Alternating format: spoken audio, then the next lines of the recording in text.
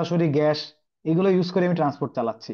So কনভার্সনের ক্ষেত্রে আমার বিভিন্ন স্টেপ বাই স্টেপ পার হয়ে আসা হচ্ছে, লাগতেছে না, যার কারণে এই যে প্রাইমারি আর ফাইনাল এনার্জির মধ্যে যে লসটা, এই লসটা খুব কম এখানে, সিম্পলি এরকম।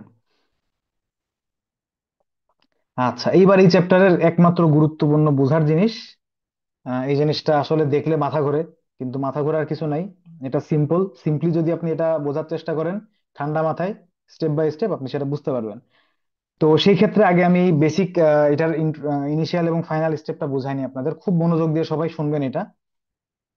প্রথমে দেখেন এই গ্রাফের শুরুতে প্রাইমারি এনার্জি লেখা আছে, প্রাইমারি এনার্জি সাপ্লাই।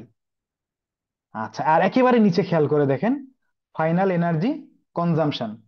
আমি আপনাদেরকে একটু আগেই বলছি যে প্রাইমারি এনার্জি হলো তেল, গ্যাস, কয়লা, যেটা বিভিন্ন ধাপ হয়ে হয়ে ফাইনাল এনার্জিতে কনভার্ট হয়, কোনো কোনো ক্ষেত্রে সরাসরিও কনভার্ট হয়।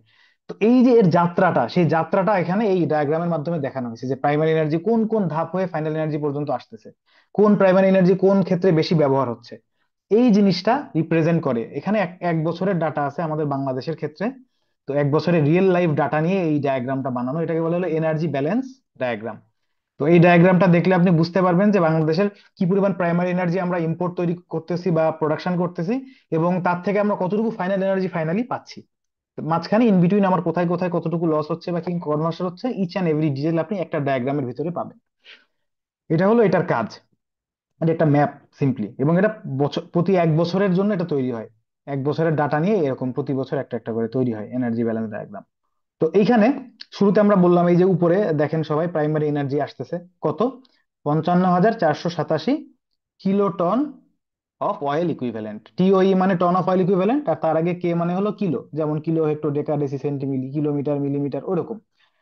তো সেক্ষেত্রে আমরা দেখি প্রথমে এই যে প্রাইমারি এনার্জি আসছে কোল। কোলের দুইটা পার্ট দেখতে পারবেন আপনারা, একটা হলো এই একটু গ্রে কালার, একটা হলো ব্ল্যাক কালার। এই দুটার সম্পর্ক কি? গ্রে কালারটা হলো যেটা আমাদের নিজস্ব দেশের, আর ব্ল্যাক কালারটা কি? যেটা হলো আমার ইম্পোর্ট করা। দেখেন এখানে ইম্পোর্ট লেখা আছে, আছে না?